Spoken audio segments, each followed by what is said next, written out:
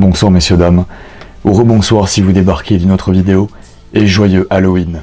Nous nous retrouvons ce soir pour parler de la saga Freddy, Les Griffes de la Nuit, en VO A Nightmare on Elm Street. Ça fait très longtemps que je place des clins d'œil dans nos vidéos, je crois que le plus vieux clin d'œil doit remonter à 2012. Les connaisseurs s'en souviennent, et vous pensez depuis tout ce temps que je suis très fan des Freddy. Eh bien le twist c'est qu'en fait non, ce n'est pas du tout ma saga préférée, je préfère largement Vendredi 13 et Halloween, c'est aussi pour ça que j'ai mis du temps à vous sortir cette rétrospective. Et ça a commencé avant même de voir le premier film, c'était en 99 je crois, on était dans un vidéoclub à Rouen à côté de chez ma grand-mère. Je voulais louer La fiancée de Chucky en VHS, et je me souviendrai toute ma vie des VHS de Freddy, il y avait le 4 et le 5 côte à côte, et je m'étais dit la gueule du perso elle est horrible, j'ai jamais envie de voir ces films. Et finalement, pour un Halloween, je sais plus lequel, ça devait être en 2000 ou 2001, ma tante m'offre Les Griffes de la Nuit en VHS. Je le regarde et je me dis, bon, en fait, ça faisait pas peur. C'est cool de voir Johnny Depp dans son premier rôle, mais j'ai pas été plus fan que ça. Nonobstant, j'ai quand même eu envie de voir les suites, donc j'ai tout regardé, et puis après j'ai acheté des DVD, après j'ai eu le coffret Blu-ray que vous voyez ici. Donc je la connais bien la saga maintenant, mais j'ai toujours eu quelques problèmes. Je la trouve extrêmement criarde dans son ensemble, très gore, mais vous savez, pas le bon gore.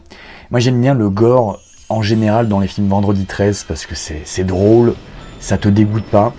Dans les films Freddy, faut pas manger avant ni après. Mon meilleur conseil, regardez ces films à jeun, ne mangez plus en fait, ne mangez plus, ça vous fera un régime. Il y a certains des films de cette saga qui sont dégueulasses. Je trouve que c'est globalement de mauvais goût. J'ai des problèmes avec le sous-texte pédophile de Freddy Krueger, qu'ils ont un peu évincé du premier film, mais je vais y revenir. Je trouve que cette saga n'est pas de très bon goût globalement. Je sais pas, j'ai toujours eu un problème avec. Mais on va quand même essayer d'en parler le mieux possible. Donc on va commencer avec le premier film de Wes Craven, sorti en 1984, Les Griffes de la Nuit, A Nightmare on Elm Street. Mais quelques mots d'abord sur New Line, qui a produit ce film. Dans les années 70, New Line, ils faisaient essentiellement de la distribution. Ils achetaient des films pas chers, c'était essentiellement des films de genre, des films d'horreur, puis ils se faisaient du pognon avec. Mais ils avaient des petits locaux et au bout d'un moment ils se sont dit bon, faudrait quand même qu'on passe l'étape supérieure, qu'on s'agrandisse. Donc ils décident de produire le script de Wes Craven qui avait galéré à vendre son film. Il était même allé voir Shane Cunningham, vous savez, de la saga Vendredi 13 qui lui a dit non. Et donc Robert Shaye, Bob Shaye, qui bossait chez New Line, a dit à Wes Craven ok, on fait ton film. Comment Wes Craven a eu l'idée de faire ce film? Très simple.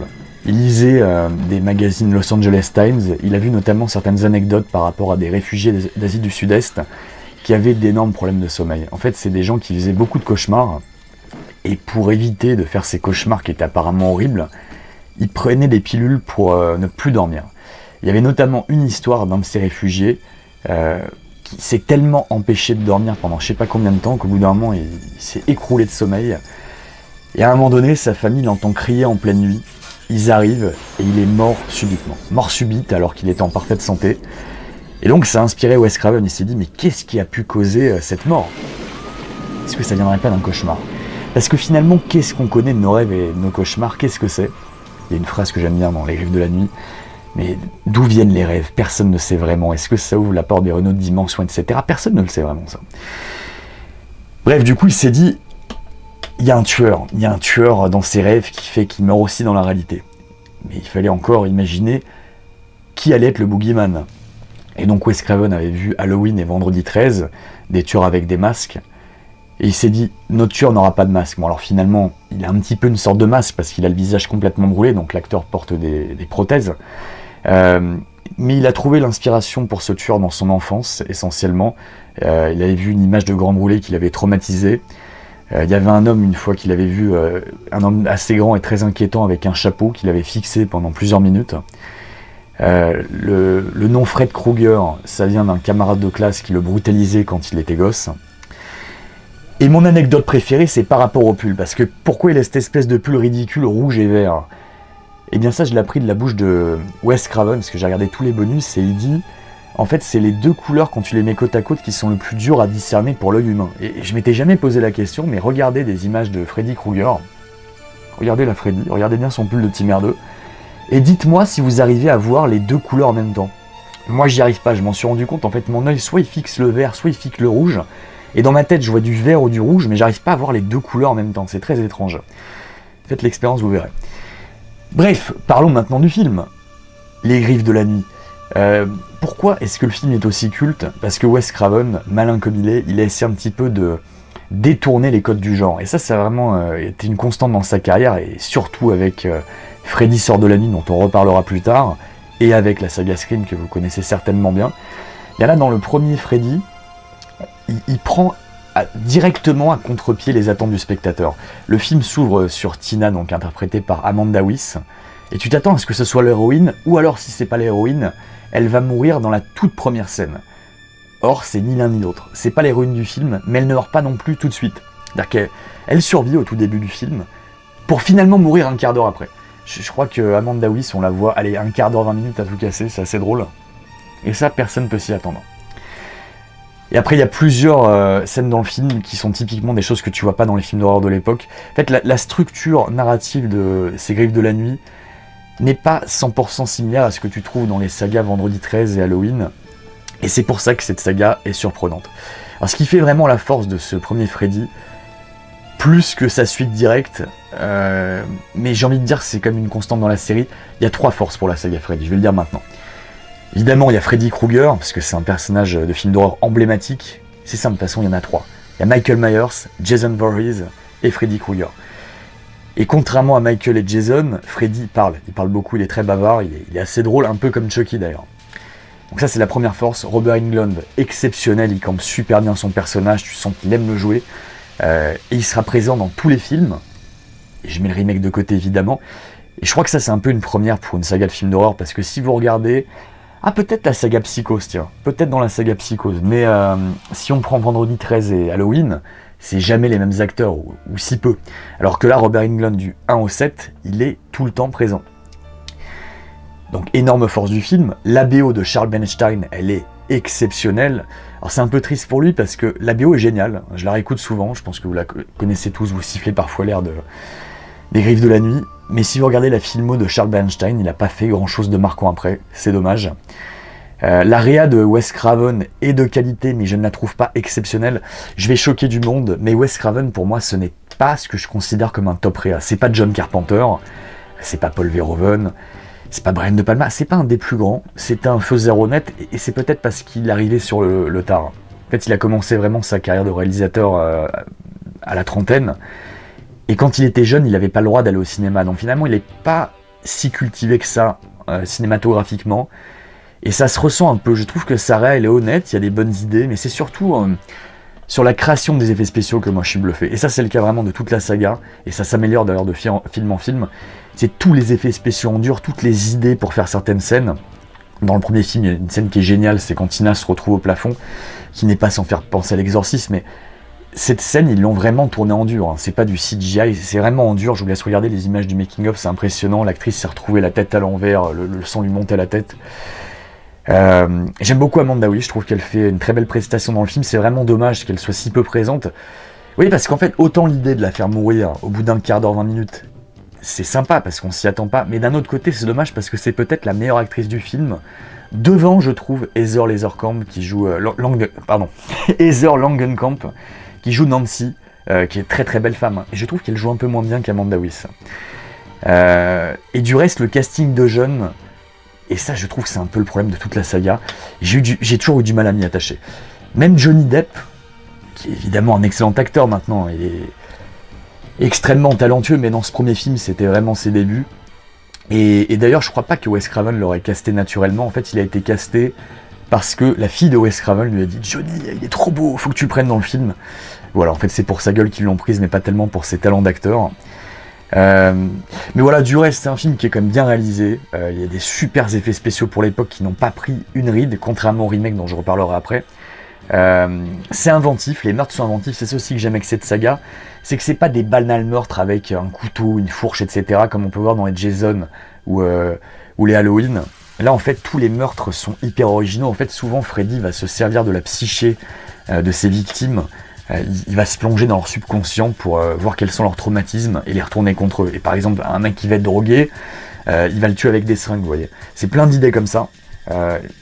Je reviendrai sur certains meurtres plus tard, parce qu'il y en a notamment un dans un film qui est horrible, horrible. Le premier Freddy, contrairement aux autres encore, je pense que tu peux manger après. Ça va, il est moins dégoûtant que les autres. Et encore, il y a notamment une scène vers la fin du film où Freddy se coupe les doigts, qui est quand même pas terrible. Et donc je crois que j'en parle en ouverture, mais à la base, il y avait un sous-texte pédophile, genre attouchement, molestation dans Les Griffes de la Nuit, qui a été enlevé pendant le tournage du film parce qu'il y a eu un scandale aux États-Unis avec un professeur qui était pédophile. Donc à l'origine, en fait, il devait y avoir beaucoup plus de sous-texte sexuel avec Freddy Krueger. Finalement, c'est juste, entre guillemets, un tueur d'enfants qui est sadique. Mais il n'y a pas de question sexuelle. En fait, le côté sexuel sera beaucoup plus présent dans le remake. Mais à l'époque, c'était trop tabou d'en parler. Et déjà, je trouve que c'est assez dur hein, comme personnage. Moi, j'ai toujours eu du mal avec ça. En fait, pour moi, dès qu'on touche aux enfants, mais même vraiment dans les films, hein, j'ai toujours eu beaucoup de mal avec ça. Reste que le personnage de Freddy Krueger est autant couleur, il est marrant, mais peut-être un peu trop criard. Parce que le problème de fond de Freddy, et des Freddy en général, mais c'est aussi le cas de ce premier film, ça fait pas peur. Moi j'ai jamais eu peur devant Les Griffes de la Nuit, ni les suites, contrairement à Halloween qui me traumatisait. Il y a une ambiance, la BO je vous dis elle est vraiment de top qualité, mais il n'y a pas de scènes qui font vraiment peur je trouve. C'est très personnel, c'est mon avis. Voilà, écoutez, globalement, je trouve que c'est un film honnête. Pour moi, c'est pas un chef-d'œuvre, loin de là. C'est un film honnête qui est fait avec de la démerde. Très petit budget, hein, 1,8 million de dollars à l'époque. Bon, évidemment, elle a rapporté beaucoup plus, ce qui a engendré les suites. Donc, pour un petit budget comme ça, c'est extrêmement honnête. Il se trouve aussi que Wes Craven, lui, il voulait juste faire ce film et passer à autre chose. Lui, il avait eu l'idée en lisant des articles dans le Los Angeles Times, avec l'histoire des réfugiés. Mais il voulait pas faire de suite, et c'est le producteur Robert Shaye qui avait déjà dans l'idée d'en faire une franchise, ce qui sentait qu'il y avait un potentiel avec le personnage de Freddy Krueger. Et c'est pour ça aussi que la fin de Les Griffes de la Nuit est un peu bizarre. En fait, Robert Shaye, a refait tourner plusieurs fins à Wes Craven, et la fin qu'on a dans le film, que je vais pas spoiler si vous n'avez pas encore vu, c'est un mix de toutes les fins qui ont été tournées. Voilà, ce qui est un peu étrange. Ça finit un peu en autre boudin. Un autre truc, mais ça j'en parlerai peut-être après, dont je suis pas très fan, c'est la mort de Freddy. Parce que, bon, vous savez, comme tous les boogeyman, Freddy meurt dans tous les films et il revient. Et je trouve que dans le premier film, la mort de Freddy, c'est un peu facile. En gros, c'est je ne crois pas en toi, donc t'existes plus, tu meurs. C'est un peu mal vieilli, soyons honnêtes. Voilà, écoutez, on va enchaîner avec la suite, mais d'abord, on va écouter l'avis de Twister et Flavien sur Nightmare on Elm Street.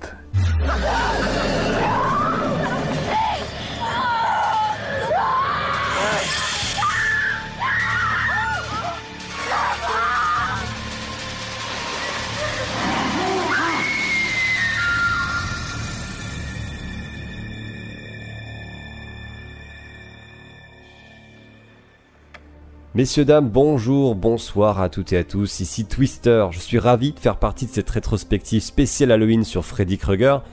Alors c'est une saga que j'ai connue sur le tard, à mes 20-25 ans, à peu près à partir de 2012 quand je commençais à m'intéresser au cinéma d'horreur, et j'ai regardé à l'époque complètement la saga dans le désordre. J'avais commencé, je m'en rappelle, par l'épisode 2, qui est l'un des pires Freddy, pour finir ensuite avec le premier, qui est l'un des meilleurs, voire le meilleur. Donc c'était un visionnage bordélique, anarchique, qui m'a permis de constater l'énorme écart de qualité qu'il pouvait y avoir entre les différents films. Alors commençons dès à présent par le commencement, avec Les Griffes de la Nuit.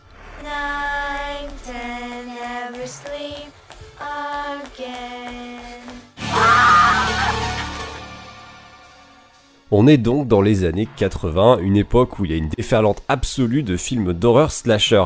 Et tout le monde pense que Jason Voorhees et Michael Myers sont partis pour truster à eux seuls les chars du cinéma d'horreur des années 80.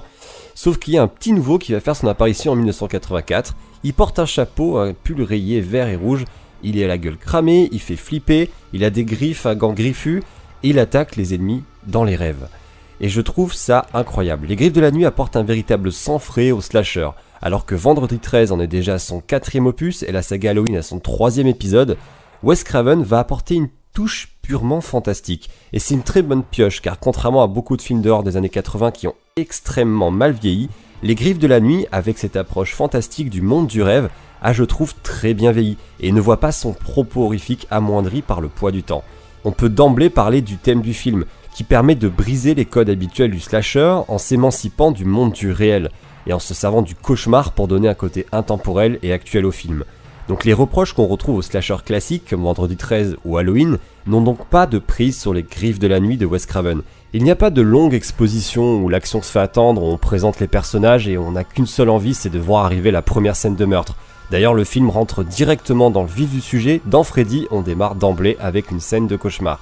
On peut aussi opposer Freddy à Michael Myers et Jason Voorhees, dans le sens où il parle, balance des punchlines et des blagues, il insulte ses victimes lorsqu'elles se défendent, c'est un personnage complètement différent. Mais là où le film est hyper intelligent, c'est qu'il garde du mystère autour de Freddy Krueger. Contrairement aux différentes suites qu'on verra après, le Freddy Krueger de ce premier film conserve un petit côté mystique avec un subtil dosage d'imprévisibilité et de sadisme burlesque, à des années-lumière de devenir le Freddy cool et fun que l'on verra ensuite.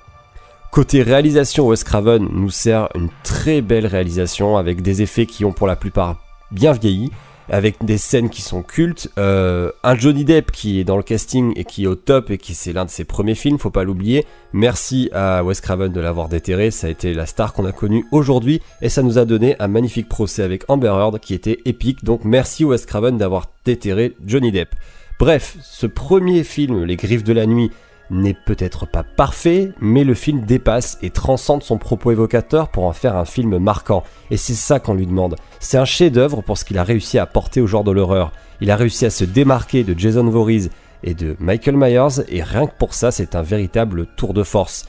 Le film propose un concept terriblement évocateur et puissant, le domaine du rêve, appuyé par le personnage parfait pour le représenter, qui est Freddy Krueger. Les Griffes de la Nuit, c'est donc ce genre de film qui encourage à aller reprendre un café pour repousser l'heure d'aller se coucher. Freddy, c'était beaucoup d'histoires horribles racontées dans la cour de récréation.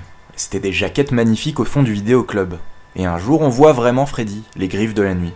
Le plus flippant, c'est pas pendant le film, c'est le fait d'avoir à aller se coucher après. Un concept qui hante bien après avoir terminé sa VHS. Parce que si dans l'espace personne ne vous entend hurler, dans tes rêves personne peut venir t'aider. Et puis Freddy, c'est un look et un acteur. Robert Englund a tellement de personnalité que Freddy passe très vite au premier plan, et Krueger au second. Il devient une machine à gag carnassière. Mais dans le premier, il y a un équilibre entre ce langage corporel gauche et cette absence de règles. Mais si j'aime Freddy, c'est avant tout pour sa fin. C'est génial les fins dans les films d'horreur parce que ça permet souvent de tout casser, d'annuler la moindre victoire pour te laisser sur un dernier cauchemar. Et la fin de Freddy, c'est ça, un cauchemar. Il ne fait ni jour ni nuit, personne ne réagit aux choses absurdes qu'on y voit, et c'est dans sa dernière minute que les Griffes de la Nuit relèvent son pari, et n'a plus aucun sens. Comme les pires des rêves. Freddy a gagné, et il gagnera toujours. Merci beaucoup Flavien et Twister. On enchaîne avec A Nightmare on Elm Street 2, Freddy's Revenge, la revanche de Freddy, sorti 1 an après le premier seulement, en 1985, parce que Bob Shaye n'avait pas le temps. Fallait enchaîner, fallait faire du pognon facile. On envoie comme le script à Wes Craven pour qu'il vérifie, il dit que c'est mauvais, personne n'écoute.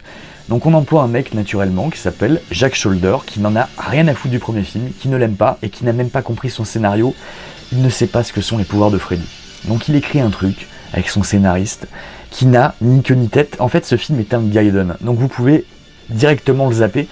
Si vous êtes dans l'optique de faire un marathon Freddy, mon meilleur conseil, zappez ce film. Vous pouvez vraiment, un peu comme Halloween, passer d'un film à 2 films après et ne pas perdre le fil. Là, en gros, vous pouvez mater Freddy 1, ensuite Freddy 3, 4 et 5. Parce que ces films s'enchaînent tous. Niveau scénario, on retrouve les mêmes personnages, à peu près, de film en film. Le 2 ne fait aucune mention des personnages du précédent, à part Nancy, heureusement, qui était l'héroïne du premier, mais on l'a fait passer pour morte. En fait, on a le personnage principal dans le 2 qui va emménager dans la maison de Nancy et trouver son journal intime, et c'est tout. Du reste, c'est du gros n'importe quoi. Freddy n'a plus les mêmes pouvoirs que dans le premier, parce que dans le premier, vous le savez tous, Freddy s'infiltre dans les rêves cauchemars de ses victimes et utilise leur subconscient, leur trauma pour les tuer. Et quand il meurt dans leur cauchemar, il meurt dans la vraie vie. Là, ça n'a plus rien à voir. En fait, là, Freddy possède sa victime. Donc là, il va posséder le personnage principal. J'ai oublié son nom et je sais même plus le nom de l'acteur. Tout ce dont je me souviens, tellement le film est nul, c'est que Brad Pitt avait été auditionné pour jouer dans ce film et il a perdu face à l'acteur pitoyable qu'on a dans Freddy 2. Bref, Freddy possède ce personnage.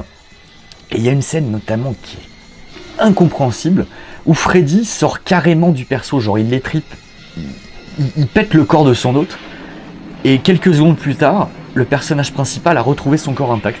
Puis après, Freddy le possède de nouveau un peu plus tard, ça n'a aucun putain de sens. Enfin, vraiment, c'est un Gaiden. Il n'y a aucun respect pour le premier film, il n'y a eu aucune communication, aucun respect. Pour moi, Jack Sholder, ce qu'il voulait faire résolument, c'est un film pour montrer qu'il aimait les hommes nus. Ça m'a choqué quand j'ai fait le marathon. Je vous jure, hein, je m'étais jamais posé la question quand j'étais jeune. Et même il y a 2-3 ans, ça m'avait pas choqué. Mais là, je m'en refais tous les Freddy. Et là, sur le 2, je bug et je me dis, mais attendez, non, c'est un film complètement homosexuel, c'est complètement gay. Parce qu'en fait, 3/4 du film, il n'y a que des mecs torse nu, des culs de mecs en gros plan. Et ça, c'est quand même une spécificité de la saga Freddy. Dans le 1 et le 2, il n'y a aucune gonzesse à poil, contrairement au Jason où il y en a partout. Là, il n'y a pas un nibar, il n'y a pas un sein. Juste un sein, tu me montres juste un sein, après Merlige, chacun trace sa route. Là, il n'y a rien du tout. Dans le 2, on a des mecs à poil pendant tout le film, il faudra attendre Freddy 3 pour voir des nibards. Bref, du coup, mon meilleur conseil, vous mettez le 1, 3, 4, 5, ou éventuellement vous passez du 1 au 7. Parce que le 7, pareil, hein, ça n'a rien à voir, c'est autre chose, on en parlera après. Bref, écoutez, Jack Sholder a fait n'importe quoi. Alors pas en termes de réa, la réalisation du 2 est correcte, c'est un film honnête. Bon, le réalisateur en question n'a rien fait de marquant avant ni après ce Freddy. Il a un peu disparu du circuit, on va dire. Mais ça va, les enchaînements de plans, la grammaire du cinéma, tout est assez correct. Les effets spéciaux, par contre, sont nettement en dessous du premier film, je trouve. Il y a des trucs complètement foirés, notamment cette scène où Freddy pète littéralement le corps de son hôte. C'est très mal fait. Le masque de Freddy aussi, dans le premier il était très inquiétant, le sang limite dégoulinait de son visage. Là ça fait trop grand guignol. Freddy est très peu présent dans le film, on le voit peut-être 10 minutes sur la 1h30. La mort de Freddy, écoutez, je vais le spoiler parce que ce film n'a aucun intérêt, elle est ridicule en fait. Freddy meurt par un bisou sur la bouche. Fun fact, Robert Englund à l'époque, il s'était dit, bon écoutez les mecs, Nightmare on Elm Street, Les Griffes de la Nuit, c'est grâce à moi que c'est connu, on est d'accord. C'est moi la star, donc j'aimerais être un peu augmenté. Et Bob Shaye dit, non, on n'a pas assez de pognon, déjà que le premier film coûte pas beaucoup, là non plus on met pas beaucoup d'argent, mais ça rapportera beaucoup, mais toi on te paye pareil. Donc à la base, Robert Englund, il avait dit, bon écoutez, je reprends pas le rôle. Finalement, ils ont essayé d'engager quelqu'un d'autre qui marchait comme un zombie, qui faisait n'importe quoi, donc ils ont rappelé Robert. Alors je ne sais même pas s'ils l'ont beaucoup plus payé, mais finalement Robert était très content de revenir. Mais malheureusement, il revient pourquoi 10 minutes, un quart d'heure, c'est vraiment trop maigre. Parce que nous, ce qu'on voulait voir, c'est Freddy. Le scénario, vraiment, n'a pas grand intérêt, tellement il ne suit pas la logique du premier film. Moi, c'est vraiment ça qui me choque, en fait, c'est cette histoire de possession. Puis bon voilà, il y a des culs de mecs dans tous les sens, et c'est bon, mettez-moi des nibards. Et surtout, la BO de Christopher Young, elle est pourrie. Charles Bernstein, je vous l'ai dit, la BO est exceptionnelle dans le premier film, tous les thèmes sont cultes. Là, il n'y a rien, on retient aucun thème. Il n'y a aucun thème d'ailleurs quasiment qui est repris du premier film. C'est catastrophique, voilà. Je trouve que c'est un très mauvais film, c'est certainement le pire de la saga, et je vous conseille de ne jamais le regarder. Et d'ailleurs, on n'aura pas l'avis de Flavien, parce que je crois qu'il aime tellement pas le film, qu'il a même pas daigné vous en parler. Mais on va écouter quand même Twister. Twister, c'est à toi. Alors, Freddy 2. Bah écoutez, c'est le premier film que j'ai regardé à l'époque, et je m'étais dit, ouais, le concept est cool, mais je trouve ça un peu brouillon, et je me rappelle avoir dit, mais c'est dingue qu'ils aient foiré le concept. Je trouvais qu'il y avait le domaine du rêve, et en même temps le côté réel qui ne marchait pas dans ce film. Bref, maintenant avec le recul, je peux vous le dire, Freddy 2 est l'exemple de la suite ratée par excellence. Surfant sur l'engouement et le succès du premier opus, Freddy 2 ne semble pas comprendre ce qui a fait le succès du 1. Krueger ne cherche pas à hanter les cauchemars pour tuer, il veut cette fois-ci prendre possession du corps d'un ado pour rejoindre la réalité. Wes Craven trouvait cette idée complètement stupide et il avait raison. Au-delà d'une lecture crypto-gay étrange de certaines scènes, comme la scène de la douche en mode bondage fatal, et la ridicule scène de la piscine où Freddy se transforme un temps en banal tueur de slasher qui tue des ados dans le monde réel, le film, je trouve, perd quelque peu tout ce qui fait le succès de son aîné, c'est-à-dire la dimension des rêves. Freddy Krueger n'étant plus par moments qu'un simple surhomme ordinaire dans le monde réel. On assiste donc au commencement de la banalisation du croque-mitaine, qui deviendra, hormis quelques exceptions que l'on verra tout à l'heure, un tueur cool, un personnage d'horreur que l'on attend avec impatience pour tuer l'ennui, plutôt qu'un personnage effrayant que l'on souhaite ne plus recroiser. Merci de ton sacrifice pour la France, Twister. On enchaîne avec A Nightmare on Elm Street 3, Dream Warriors, Les Griffes du Cauchemar en français, sorti en 1987. Donc la New Line, ils se sont dit, on va réfléchir un petit peu parce que Freddy 2 a mieux marché au box-office que le précédent, mais il s'est fait défoncer par le public et les critiques. Donc là, ils ont rappelé Wes Craven pour le script, et ils ont engagé Chuck Russell pour la réalisation, qui a fait un très bon boulot. Au score, on retrouve ni plus ni moins que Angelo Badalamenti, qui va devenir le compositeur phare de David Lynch, qui a livré des reprises de thèmes de Charles Bernstein qui sont exceptionnelles. J'adore la BO. En plus, on a des morceaux très très rock. Enfin bref, l'ambiance de ce film est énorme. Au casting, on a le retour d'Heather Langenkamp dans le rôle de Nancy. On la croyait morte dans le 2, mais je vous l'ai dit, le 2, on s'en fout. Et on a surtout Patricia Arquette pour son premier rôle au cinéma. Magnifique, une des plus belles femmes du monde. Elle joue le rôle de Kristen, qui a la faculté de pouvoir attirer les gens avec elle dans ses cauchemars, donc c'est très pratique. Parce qu'il se trouve que Freddy, qui est de nouveau interprété par Robert Englund, a un power-up. Il est plus puissant qu'avant, donc là on reprend la logique de ses pouvoirs dans le premier. On oublie les conneries du 2. Mais il va être plus puissant que dans le premier. Donc, pour faire face à ses pouvoirs, on va avoir des jeunes qui vont avoir des pouvoirs eux-mêmes. T'en as certains qui peuvent imaginer être un espèce de super-héros dans leurs rêves et envoyer des sortes de kamehameha. Je vous ai dit, Kristen, elle peut attirer les gens avec elle. Enfin bref, ils ont essayé d'équilibrer un peu les choses cette fois-ci. Ce qui fait la force de ce film, c'est avant tout les effets spéciaux qui sont incroyables. Il y a vraiment des idées dans tous les sens, notamment une scène de marionnettiste avec Freddy qui est ultra flippante, ultra gore. Là, vraiment, je vous préviens, ne mangez pas pendant que vous voyez ce film. Cette scène est absolument immonde. On a une scène avec Freddy et ses seringues, pour moi, qui est culte. On a une scène avec Freddy qui bouffe Kristen, avec un gros animatronique. Ça, pareil, pour moi, ça fait... Pour le coup, visuellement, ça fait peur, c'est marquant et ça n'a pas vieilli. Il y a quelques petits CGI à la fin du film qui sont ratés, mais ça, on s'en fout, c'est l'époque. Mais globalement, ouais, c'est un exemple en termes d'effets spéciaux. Je vous conseille vraiment de voir des images de making-of. Là, ils ont retravaillé le masque, enfin les prothèses sur Robert Englund. Je trouve que là, on a vraiment un des looks les plus emblématiques pour Freddy. Peut-être que le plus emblématique, c'est dans le 4. Disons que dans le premier, c'est celui où il faisait le plus peur, parce que vraiment, on avait un visage qui dégoulinait. Mais les looks, pour moi, les plus cultes, c'est dans le 3 et le 4 surtout. Et vraiment, le masque sur Robert est super bien foutu. Voilà, super BO, super EA, super effets spéciaux. Je trouve pour le coup, il y a une alchimie qui fonctionne, surtout entre Patricia Arquette et Heather Langenkamp. Leur duo fonctionne bien. Il y a un twist vers la fin du film que je vous spoilerai pas, mais qui est plutôt surprenant. Alors, on a aussi le retour de l'acteur qui jouait le père de Nancy. Enfin bref, c'est une suite qui est extrêmement respectueuse. Moi, je la préfère au premier film. C'est vraiment mon film préféré de la saga. C'est là où il y a la meilleure ambiance, tout simplement. Le meilleur Freddy, les meilleures morts, les plus originales, les meilleurs effets spéciaux. Bref, c'est top. Et maintenant, je vais laisser Twister en parler. Je me souviens que j'avais regardé Freddy 3 sans grande conviction. Je me rappelais du désastre du 2, j'avais ensuite enchaîné avec le premier opus qui était excellent, et c'était un pote qui m'avait conseillé de m'y remettre avec le 3. Et merci à ce pote parce que c'est enfin le retour aux sources que l'on attendait, ce Freddy 3 qui aurait dû être la véritable suite du 1. On retourne donc aux sources dans le domaine du rêve, dans l'atmosphère glauque d'un hôpital psychiatrique. Freddy revient à la charge en torturant cette fois-ci une bande d'adolescents patients de cet hôpital, et ces derniers vont se liguer pour essayer de tuer le croque-mitaine. Reprenant ce qui a fait le succès du premier film, le domaine du rêve, Freddy 3 ajoute une pointe de folie et d'humour supplémentaire ainsi qu'une descente plus poussée dans le domaine du rêve, et c'est ce qui deviendra d'ailleurs la marque de la série.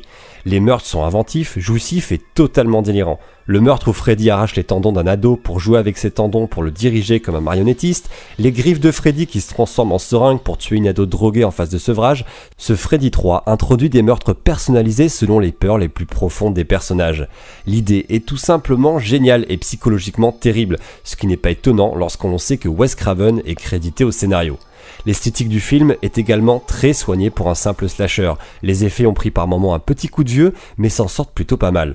Bref, ce Freddy 3 est tout simplement excellent et fait honneur au premier film de Wes Craven. Merci beaucoup et on enchaîne avec Nightmare on Elm Street 4, The Dream Master, le cauchemar de Freddy en français, sorti en 1988, seulement un an après le 3, parce que là le 3 a cartonné, tout le monde était d'accord, tout le monde était amoureux de Patricia Arquette, y compris sur le tournage.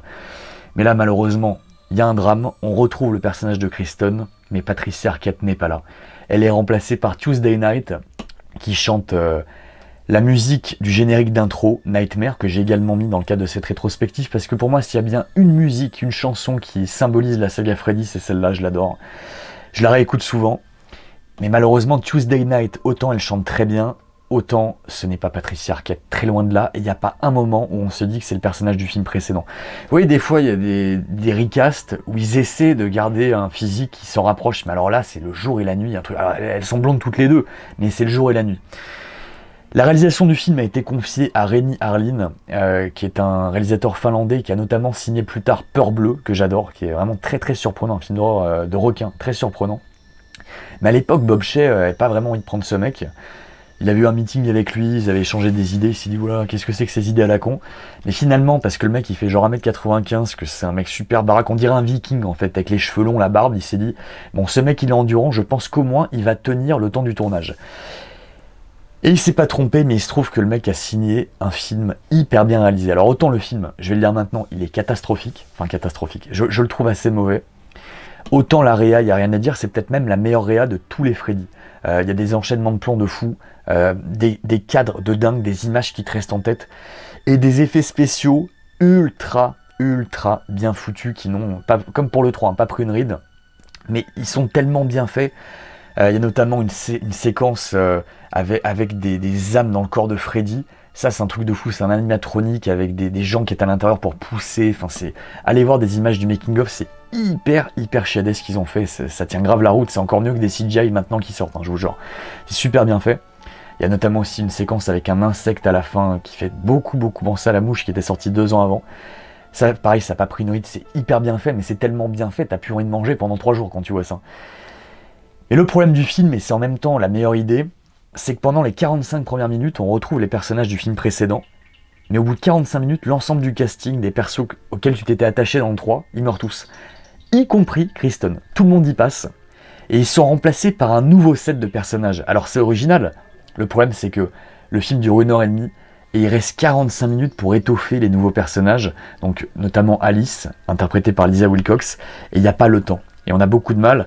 Puis alors, il y a vraiment des trucs complètement ridicules. En fait, Kristen transfère ses pouvoirs à Alice, qui a en fait la faculté d'absorber les pouvoirs des gens. En fait, Alice, dans le film, dès que quelqu'un est mort, elle va choper son pouvoir. Il y a notamment un mec qui fait du nunchaku. Bah, vu qu'il va se faire tuer à la fin du film, tout d'un coup, elle aussi va se mettre à faire du nunchaku. Enfin, c'est complètement débile, c'est ridicule. La mort de Freddy aussi, je vais pas vous la spoiler, mais c'est un peu compliqué. Je vais vous dire, à la fin du film, on a du mal à comprendre où on est, on a du mal à comprendre ce qui se passe. En fait, ce film a un peu le même problème que le 2, c'est-à-dire que la gestion des pouvoirs de Freddy, là, c'est surtout des protagonistes, ça devient n'importe quoi. Je veux dire, pour moi, l'héroïne qui absorbe des pouvoirs d'autres personnages, enfin, ça n'a aucun sens, quoi. Parce qu'un mec savait faire du nunchaku, tout d'un coup, elle sait faire du nunchaku. Faire du nunchaku, c'est un pouvoir, quoi. Bref, aucun sens. Et du reste, je trouve moi j'ai beaucoup de mal à m'attacher à tous les persos du film. Recast et même les nouveaux persos, y compris Alice, y compris Lisa Wilcox, je trouve qu'elle est transparente, elle fait beaucoup trop de timide, elle a pas de charisme. J'ai beaucoup de mal à m'attacher à tous les persos du film. J'ai envie de vous dire, faut le mater surtout pour l'intro, pour le générique, voilà. Et aussi pour la réa de Rémi Harlin, qui est très digne, qui a fait un super boulot. Faut le mater pour les effets spéciaux en fait. Mais j'ai envie de vous dire, quasiment comme tous les films Freddy, c'est des films à effets spéciaux, c'est impressionnant, ça n'a pas vieilli. Si vous êtes passionné par le genre, par les films d'horreur, il faut quand même regarder ce film, mais je vous préviens, vous ne mangez pas avant et vous ne mangerez pas après. On enchaîne donc avec Freddy 4, qui a ce jour le plus gros succès commercial d'ailleurs des suites de Freddy, avec pas moins 50 millions de dollars de recettes. Est-ce que c'est justifié ? Eh bien oui et non. Non, car on tombe clairement dans le burlesque par moment. Là où Freddy 3 savait garder un mélange entre humour et terreur, Freddy 4 est un véritable enchaînement de morts absurdes.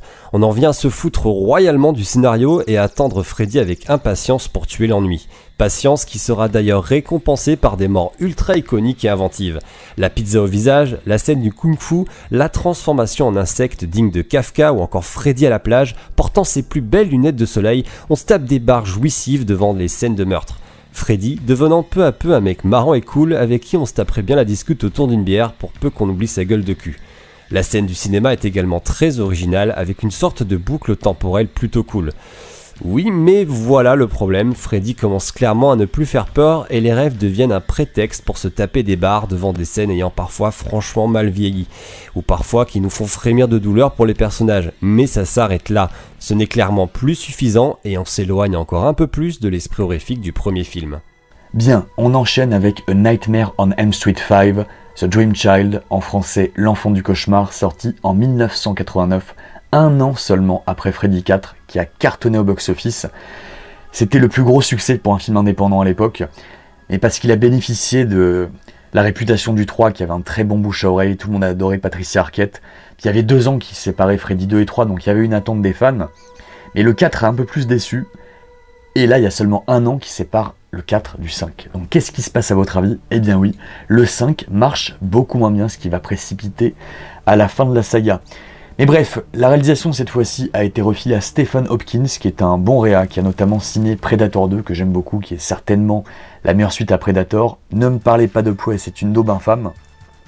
Bon, malheureusement, il a aussi signé Lost in Space avec Matt LeBlanc. Ça, c'est moins bien, j'en suis bien conscient. Mais Freddy 5 est bien réalisé, les plans sont top, très bonne mise en scène, il n'y a rien à dire. La BO est signée Jay Ferguson, pareil, il s'en est très bien sorti. Il y a une bonne ambiance, mais le problème, c'est qu'on ne comprend plus grand-chose à ce qui se passe. En fait, là, ça part dans tous les sens. Au début, il y a un bébé Freddy, il y a le bébé de l'héroïne qui s'appelle Alice, qu'on retrouve du film précédent. Bon, il y a une scène à pas louper, c'est que Lisa Wilcox qui interprète Alice, on la voit à poil, on voit enfin des nibards, c'est super. Mais on comprend plus vraiment ce qui se passe. En fait, ça part dans tous les sens. Ce qui reste du film, c'est vraiment les idées visuelles. Donc le labyrinthe à la fin qui est impressionnant. La scène où le copain de Alice meurt au début du film en moto, impressionnante. Une scène complètement dingue à la Transformers. Hyper gore. C'est peut-être le film le plus gore et le plus dégueulasse de la saga. Et globalement, je dirais que c'est un film sur la peur de l'avortement et la peur finalement de tomber enceinte pour une jeune femme de 17-18 ans, de voir son corps déformé. Il y a beaucoup d'images par rapport à ça. C'est super bien fait, mais c'est vraiment un film où il faut s'accrocher. Je vous jure, visuellement c'est assez chaud. Il y a une très belle scène avec un passage en comic book qui est clairement totalement storyboardé. C'est ça que j'aime finalement avec cette saga. Qu'on aime ou pas les films, toutes les scènes de meurtre, toutes les morts de Freddy quasiment sont hyper bien storyboardées. Et là, ce qui est génial, c'est que quand le personnage meurt dans cette phase en comic book, tu vois vraiment le storyboard de la séquence. Ça, je trouve ça génial. C'est peut-être une de mes morts préférées de toute la saga. Du reste, le film, je trouve que c'est compliqué. C'est compliqué. Ça part dans tous les sens. Il n'y a plus vraiment de ligne directrice. J'arrive pas à m'attacher au personnage d'Alice, ni au reste du casting, ni aux nouveaux venus. C'est très compliqué. Il y a quand même une ambiance. Robert Englund est toujours monumental dans le rôle. Mais j'y arrive plus. Vous voyez, là, je l'ai rematé une dernière fois pour cette rétrospective, pour cet ultime marathon. Mais je crois que c'est la dernière fois de ma vie où je reverrai le 5. Je pense qu'à la fin, je vous ferai un petit classement, mais je le placerai quand même assez bas dans la série. On va écouter maintenant l'avis de Twister dessus. Bon, n'y allons pas par 4 chemins, Freddy 5 est une pure catastrophe. Après le succès de Freddy 4, on remet donc le couvert pour proposer quasiment la même chose. Un scénario risible, uniquement là pour justifier un listing de morts plus ou moins réussi. Je ne retiens qu'une seule scène de ce film, celle de la moto. Scène énorme où la moto fusionne avec le pilote dans des gros plans dégueulasses que n'aurait pas renié David Cronenberg. C'est gore, ultra bien fait et sauve le film de la noyade pure. Hormis ça, le lore global devient bordélique avec une héroïne de Freddy 4 qui cherche à retrouver la mère de Freddy pour sauver son bébé qui va naître et tuer une bonne fois pour toutes le croque-mitaine griffu. Vous avez rien compris, je vous rassure, moi non plus. Bref, on comprend plus rien à l'histoire et ça devient franchement gonflant. Next. Merci Twister, et on enchaîne avec ce qui devait être le dernier film Freddy, promis terminé, il n'y en aura plus. Freddy's Dead, The Final Nightmare en français, La fin de Freddy, l'ultime cauchemar, sorti en 1991. New Line était dans une impasse, là ils se sont dit on est vraiment dans la merde, parce que autant le 4 a marché parce que le 3 avait une bonne répute, mais le 4 comme le 5 avait une très mauvaise réputation. Donc ils se sont dit le prochain film qu'on sort, il y aura moins de monde. Comment on fait? On attend un peu plus de temps, cette fois on déconne pas, on va pas sortir encore un film un an après, on attend 2 ans, et pour faire revenir du monde en salle, on dit que cette fois-ci, il y aura plus de Freddy. Venez voir comment Freddy Krueger va mourir. Pour marquer le coup, ils ont simulé l'enterrement de Freddy avec l'équipe technique qui s'est recueillie sur son corps, en lui laissant une petite fleur. Et la grosse connerie qu'ils ont faite, c'est qu'ils ont refilé la réalisation à Rachel Talalay, qui a fait que de la série télé encore à l'heure actuelle, qui n'a pas de talent de metteuse en scène, et vraiment ça se voit dans le film, c'est le Freddy le moins bien réalisé de tous les Freddy, mais de très loin. Et le pire, c'est qu'ils lui ont refilé des effets en 3D à faire. C'est-à-dire qu'en fait, il y a certains plans du film qui ont été prévus pour la 3D à l'époque.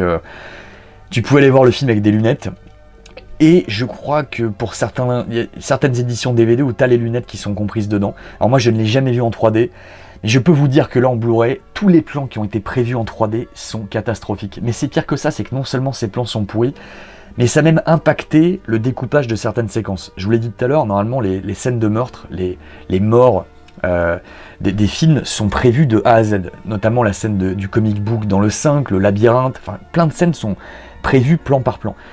Et là, Rachel Talalay, elle avait un truc en tête, un découpage prévisionnel pour le combat final entre la fille de Freddy et Freddy. Mais vu qu'elle devait préparer un plan 3D pour la tête qui explose, qui arrive dans la gueule du spectateur, ils ont passé tellement de temps à calibrer ce plan qu'elle a improvisé le reste de son découpage avant ce fameux plan, tellement c'était compliqué, tellement c'était fastidieux à mettre en place. Donc ça a ruiné le film. De toute façon, il y a tout qui déconne. Le scénario, il faut commencer par le scénario. Ce film, c'est un Gaiden comme le 2. C'est-à-dire qu'en fait, il ne fait pas suite au 5, on ne retrouve aucun personnage. Là où le 1, le 3, le 4, le 5 se suivent tous, il y a toujours des personnages qu'on retrouve d'un film sur l'autre. Le 6, c'est comme le 2, ça fait abstraction de tout ce qu'on a connu, on ne sait même pas quand il se passe. On a la fille de Freddy qui sort de nulle part, on n'en a jamais entendu parler. Le background de Freddy est étoffé, mais pire que ça, la nature de Freddy est complètement changée, c'est-à-dire qu'en fait, on apprend que Freddy est possédé par genre 3 entités démoniaques, 3 espèces de petits fantômes qui se baladent, et à la fin, quand Freddy explose, les 3 fantômes se barrent. Enfin, ça n'a aucun sens, on n'a jamais vu ça dans les films précédents. Mais le pire, c'est vraiment la scène de fight entre la fille de Freddy et Freddy à la fin, c'est ridicule. Puis même la mort, quoi. La mort, elle lui plante un bâton de dynamite dans le thorax et il explose. Mais quand tu vois la mort qu'il a dans le 3, quand on lui balance de l'eau bénite sur son corps dans la vraie vie, qu'un espèce de squelette, et qui commence à s'illuminer de partout, là, c'était impressionnant. Là, à la limite, t'aurais pu te dire, ok, c'est comme ça qu'il meurt. Mais là, juste d'un bâton de dynamite dans le thorax, non, c'est pas possible. Bref, le film est complètement raté. Je sais même pas par où commencer. Rachel Talalay dit qu'elle a été inspirée par Twin Peaks. Je n'ai à aucun moment ressenti l'inspiration de Twin Peaks dans son film. Alors peut-être pour le côté un peu soap, un peu décalé, un peu léger, parce que c'est vrai qu'il y a un côté un peu BD, comic book. Il n'y a plus d'ambiance en fait. Il n'y a plus du tout d'ambiance dans ce film. Il y a juste une scène que j'aime plutôt bien, où Freddy contrôle une de ses victimes en jouant à un jeu vidéo, c'est plutôt marrant. Mais il n'y a plus rien qui fait horrifique. Je vais vous dire, le seul truc que j'aime bien, c'est le début du film. Et ça, j'ai pas vu d'interview là-dessus. Donc je sais pas si c'est juste moi qui l'ai pris comme ça, mais j'ai l'impression que c'est un hommage, une référence à la 4ème dimension, The Twilight Zone. J'ai l'impression qu'ils ont repris des idées de l'épisode Nightmare at 20,000 Feet. Avec le personnage qui regarde incessamment la fenêtre sur sa gauche et regarde l'aile de l'avion. Bref, j'aime bien cette scène. En plus, il y a un twist, hein. C'est pas exactement comme dans la 4ème dimension. J'aime beaucoup le début du film, mais du reste, je trouve qu'il est beaucoup trop léger, qu'il est beaucoup trop déconnecté des films précédents. Même le maquillage de Freddy, je le trouve complètement foireux. Il y a un truc que j'ai oublié de dire, mais dans le tout premier film, Robert Englund, on voyait sa vraie couleur d'yeux sous le masque, en fait. On voyait ses yeux bleus. Et à partir du 2, ils ont changé, ils lui ont fait mettre des lentilles, et il a les yeux un peu rouges. Alors ce qui est très bizarre, c'est que dans Freddy 6, il a les yeux marrons, limite noirs, enfin je sais pas, je reconnais pas Freddy. C'est très étrange. Au-delà de ça, il y a une anecdote que je trouve assez marrante, et j'ai cherché sur internet. Je crois que je suis le premier à le dire, je crois que je suis le premier à faire ce parallèle. Le film s'appelle Freddy's Dead, donc littéralement Freddy est mort. Et savez-vous qui a composé la BO du film ? Brian May. Et quand je revois le film dans ce cadre de ce marathon, je me dis attends, mais c'est pas le Brian May de Queen. Je vérifie, je me dis ah ben non, c'est pas lui. En fait, c'est le compositeur de Mad Max et Mad Max 2. Très bon compositeur du reste. Et je me suis dit, c'est dingue, mais attends, le film est sorti en 91, mais Freddie Mercury, il est pas mort en 91, et si. Donc du coup, le film s'appelle Freddy's Dead, musique composée par Brian May, alors pas le même, hein, certes, et il est sorti quelques mois avant la mort du vrai Freddie Mercury, qui jouait avec Brian May. C'est pas fou ? Moi je trouve ça dingue. Ça pour le coup ça me fait péter le cerveau. Avec un effet spécial que je vous montrerai pas. Je suis trop timide. Bref voilà, écoutez, moi je trouve que Freddy 6, Freddy's Dead est un très mauvais film. Qui est quasiment irregardable à l'heure actuelle. Vraiment j'ai eu beaucoup de mal à le remettre en entier. Je crois vraiment... C'est comme pour le 5, c'est la dernière fois où je m'inflige ça dans le cadre de ce marathon. Je pense que le 2 est quand même encore en dessous. Hein. Bref, on va écouter l'avis de Twister. Ce Freddy 6 devait clôturer une saga qui était devenue avec le temps un beau bordel. La popularité de Freddy commençait à chuter au fur et à mesure de la perte des qualités des suites. Ce Freddy 6 est certainement le pire Freddy. Rien ne va, scénario bateau, des scènes de mort bidon, et ayant très mal vieilli, Freddy qui joue aux jeux vidéo, qui passe faire coucou à la fenêtre sur un balai de sorcière en mode Harry Potter. Comment Michael De Luca, scénariste du génialissime Entre de la folie de John Carpenter, a-t-il pu pondre un tel scénario ? Je m'arrête là, j'ai rien à dire de plus sur cette daube. Merci Twister, et j'avais complètement oublié de parler du cameo de Johnny Depp dans Freddy's Dead qui est très sympa. Mais là, Freddy était mort, c'est terminé, on est d'accord, il s'est pris un bâton de dynamite en plein thorax, sa tête a explosé en 3D, c'est fini. Eh bien non, parce qu'en 1994 sort Wes Craven's New Nightmare, en français, Freddy sort de la nuit. New Line ont menti, ils n'ont pas pu s'en empêcher, ils ont refait une banale suite. Et non, surprise, c'était sans compter sur l'imagination de Wes Craven. Freddy sort de la nuit, ce n'est pas une suite aux Griffes de la Nuit, c'est une suite à aucun Freddy. En fait, ça se passe dans le monde réel, c'est très méta. Je vois ce film comme le brouillon de Scream, mais malheureusement, Bob Shaye à l'époque voulait quand même une suite au moins spirituelle aux anciens Freddy. Donc je pense que Wes Craven a eu le cul entre deux chaises, il a fait un compromis. Parce qu'en fait, la première demi-heure du film est vraiment bien. La première demi-heure, c'est un peu un aspect documentaire où on suit la vie de Heather Langenkamp. En fait, le film est vraiment centré sur elle. Donc là, elle joue pas Nancy, elle joue son propre rôle d'actrice. De même pour Robert Englund, qui joue pas Freddy, mais Robert Englund. Et ce qui est dommage, c'est que passé la première demi-heure, ça retombe dans les carcans d'un banal film d'horreur. Et à la fin du film, on a quoi? On a une entité démoniaque qui a les traits de Freddy et qui agit exactement comme Freddy, sauf que ce n'est plus Freddy. Ce n'est pas Freddy. Donc c'est très étrange, j'ai vraiment un sentiment très étrange avec ce film. Ce que j'aurais aimé, c'est qu'on ait plein de scènes comme au début où Heather Langenkamp est en train de faire une interview et parle des films Freddy, et là t'as Robert Englund qui s'éclate, et après les deux discutent entre eux. Moi j'aurais bien aimé une scène où on a Wes Craven qui sort de Freddy 5, il va au cinéma, il va voir Freddy 5, il pète tout, il pète un plomb. Il va voir Bob Shaye, il dit putain mais c'est quoi cette merde, vous avez ruiné mon œuvre. Et c'est ça qu'on aurait aimé, c'est un aspect un peu fictif, documentaire, qui brouille les pistes. J'aurais bien aimé Rachel Talalay dans une scène qui dit merde qu'est-ce que j'ai foutu avec Freddy 6. En fait qu'on joue vraiment sur cet aspect méta à fond.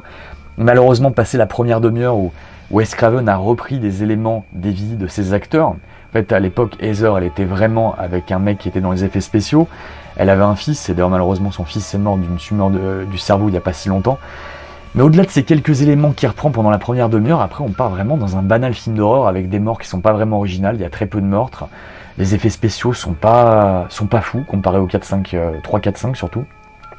Et alors le gosse il est insupportable, il joue comme un pied, il n'y a plus d'ambiance en fait, même la BO je la trouve largement en dessous des précédents. Alors, le film est pas nul, il y a des bonnes idées, puis je vous dis c'est vraiment le brouillon de Scream, mais je préfère Scream.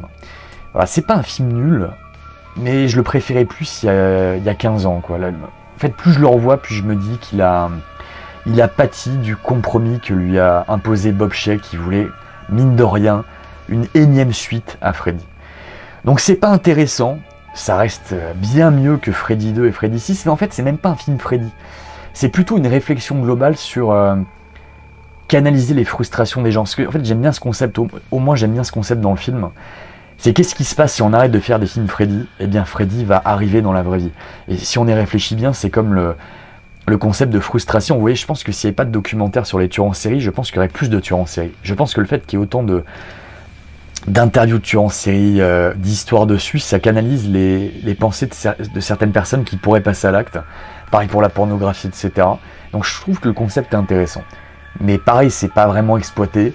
Puis à la fin, on a un Freddy qui n'est pas Freddy, mais une entité démoniaque qui ressemble à Freddy. Je sais toujours pas quoi en penser les mecs. On va écouter Twister et Flavien en parler. En 99 sort La musique de mon cœur, le seul drame de Wes Craven. Un mélo avec Meryl Streep, des enfants défavorisés et des violons. Beaucoup de violons. Pendant la promo de ce film, ce bon vieux Wes n'hésitait pas à dire que si jusqu'ici il faisait que des films d'horreur, c'est parce qu'il fallait bien bosser. Une cage dorée, comme il l'appelle, dont il a essayé de s'échapper en même temps que son monstre fétiche, avec Freddy sort de la nuit. Freddy Krueger avait déjà compris depuis quelques films qu'il était un personnage de fiction, et nous ses spectateurs. Wes Craven décide de retirer tout l'humour qui pour beaucoup a fait vriller la saga dans le grand guignol, et nous livre un film austère, plus proche du thriller psychologique. Et puis la boucle est bouclée. Stephen King a volé le concept des Griffes de la Nuit pour faire ça. Wes Craven lui reprend l'idée en confrontant des personnages adultes à une entité qui les a terrifiés il y a des dizaines d'années. Freddy passant d'âme damnée à un concept ambulant. Ce qui fait que paradoxalement, alors que c'est le film au pitch le plus original de la saga, c'est concrètement le moins inventif. Et Freddy sort de la nuit n'est qu'une vague enquête un peu ennuyeuse, avec quelques petites scènes d'horreur pas très gore. Une variation molle sur une actrice has-been qui devient peut-être folle. Un Candyman sans Philip Glass quoi. Par contre si vous êtes fan de la saga, il faut évidemment le voir. Comme Matrix 4 récemment, c'est un spin-off réjouissant si on s'attarde sur les petits détails. Craven s'amuse à aborder une certaine horreur littéraire, moins visuelle, mais qui se voudrait sinueuse et réflexive. C'est assez angoissant de croiser Wes Craven dans son propre rôle, Robert Englund qui se joue moins bien lui-même qu'il ne joue Freddy, ou se demander dans quelle mesure Heather Langenkamp s'amuse à ressusciter sa carrière. Puis c'est un des rares exemples d'horreur diurne, et on sait tous que les pires cauchemars se passent de jour. C'est un ovni, et rien que pour ça il mérite sa place dans une saga qui tournait méchamment en rond. Est-ce que New Nightmare est un mauvais film? Non, mais c'est peut-être pire. C'est un film de vieux. Et ça, Wes n'en reviendra jamais totalement. C'est le chant du cygne d'un cinéaste qui troque le choc et la provocation pour une bonne paire de pantoufles. Il enchaînera jusqu'à la fin de sa carrière avec des films d'horreur très propres, les Scream où il y a moins de sang que dans Scary Movie, ou la véritable horreur, Meryl Streep et ses violons. Ah non!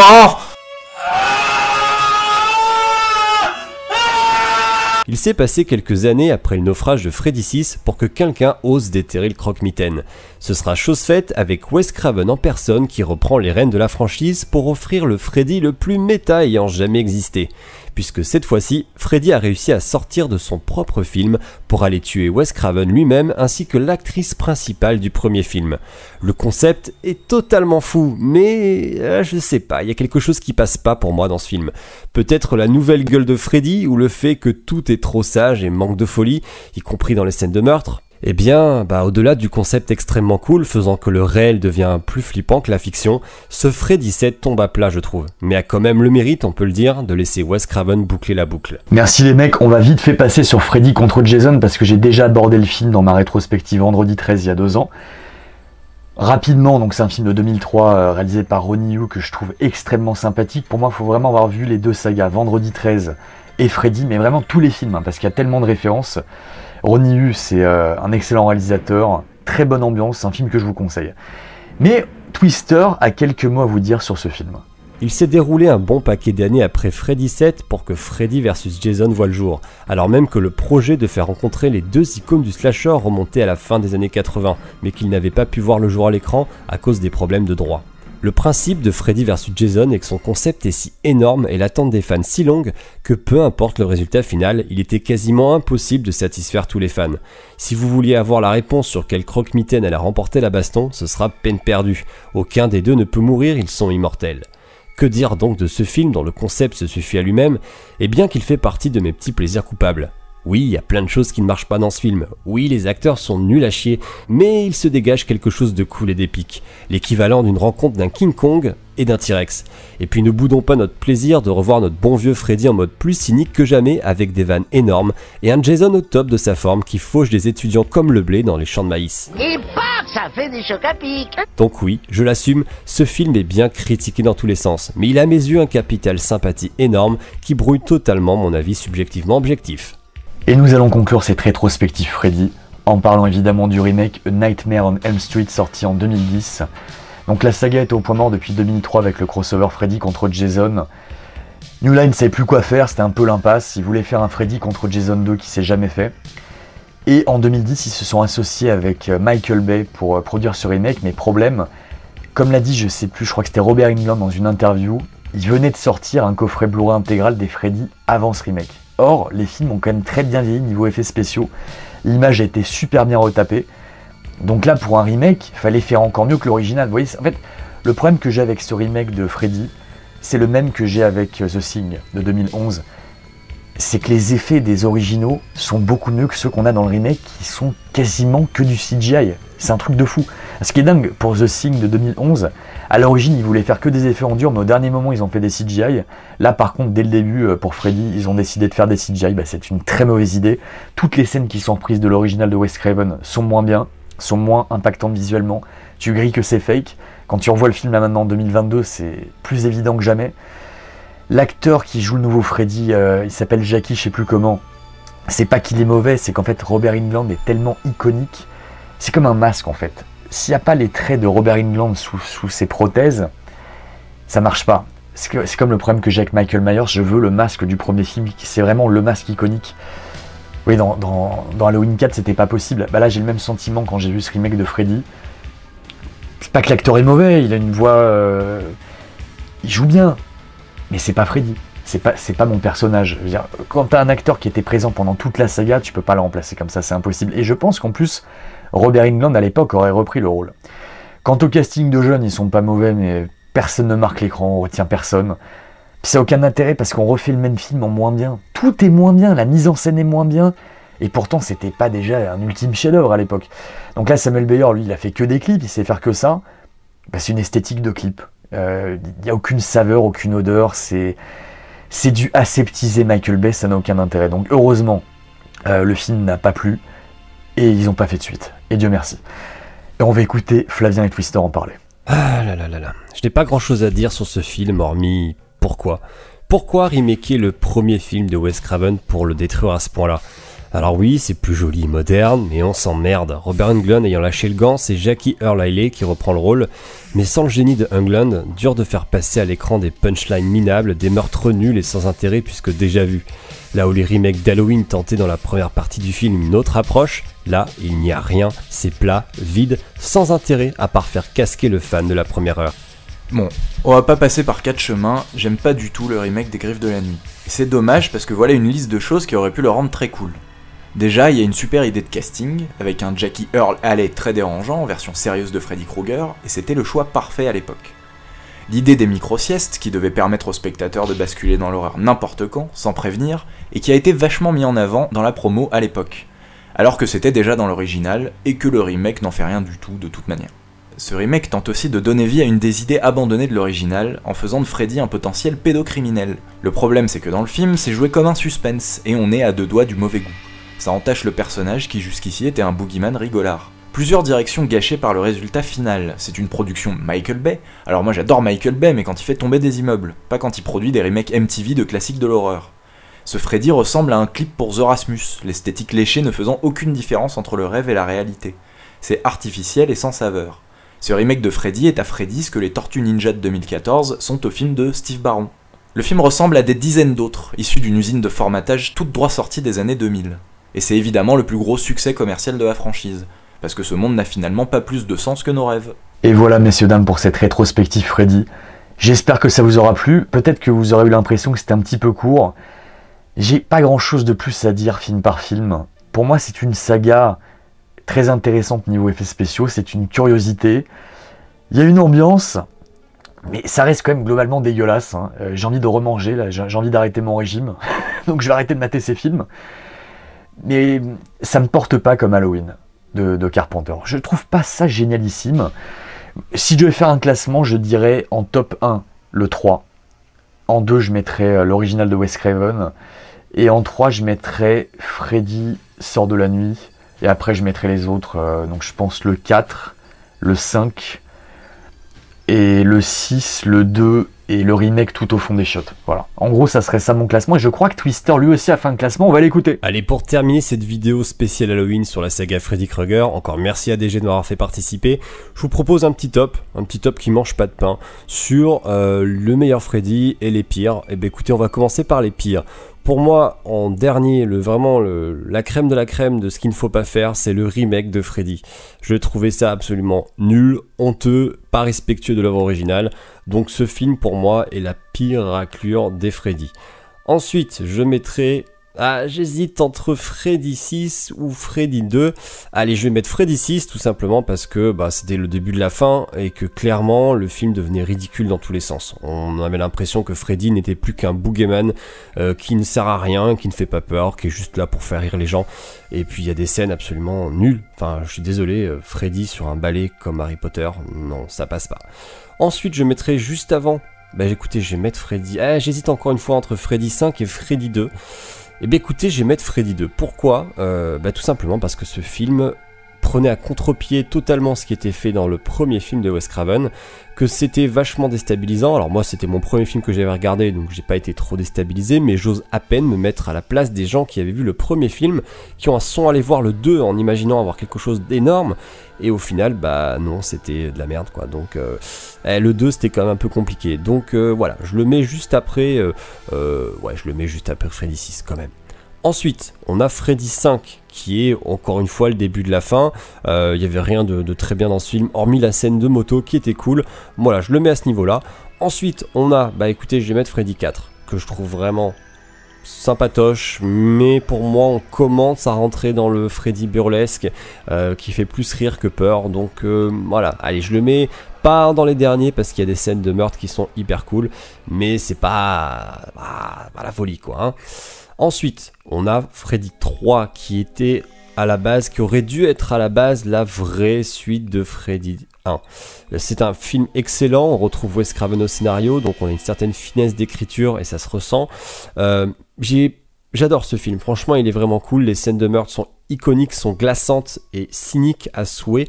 Ce film installe cet humour qu'il n'y avait pas dans le 1, où tout simplement Freddy balance des punchlines encore plus violentes, qu'il a des meurtres encore plus iconiques, donc rien que pour ça ce film mérite la 2e place sans aucun problème. Ensuite, Freddy 1, je le place en premier, forcément, parce que ce film, je trouve, a très bien vieilli.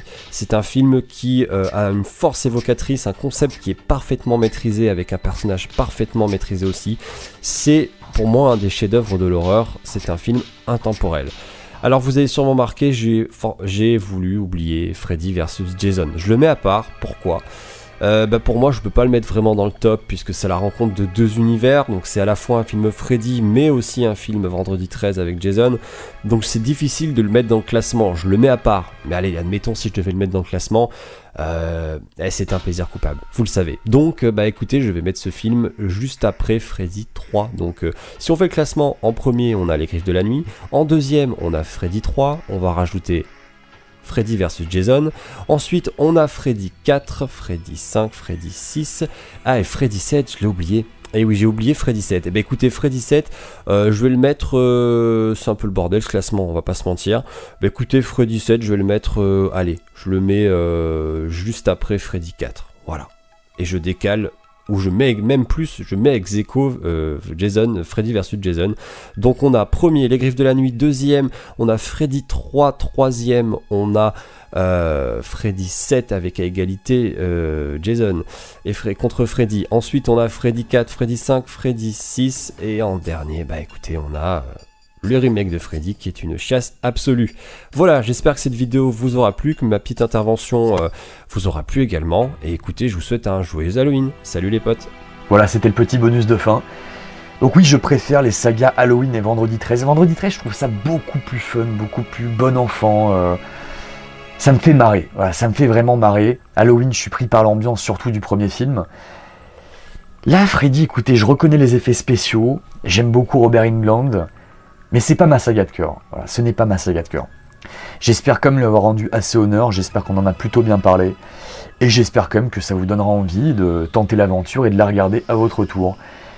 Merci de nous avoir suivis, messieurs, dames, merci encore une fois de votre soutien les members, et encore une fois, joyeux Halloween.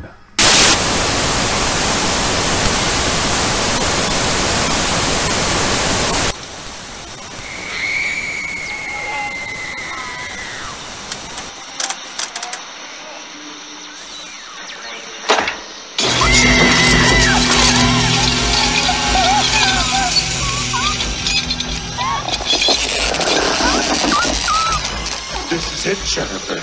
Your big break in TV. Welcome to prime time, bitch. Welcome to the real world.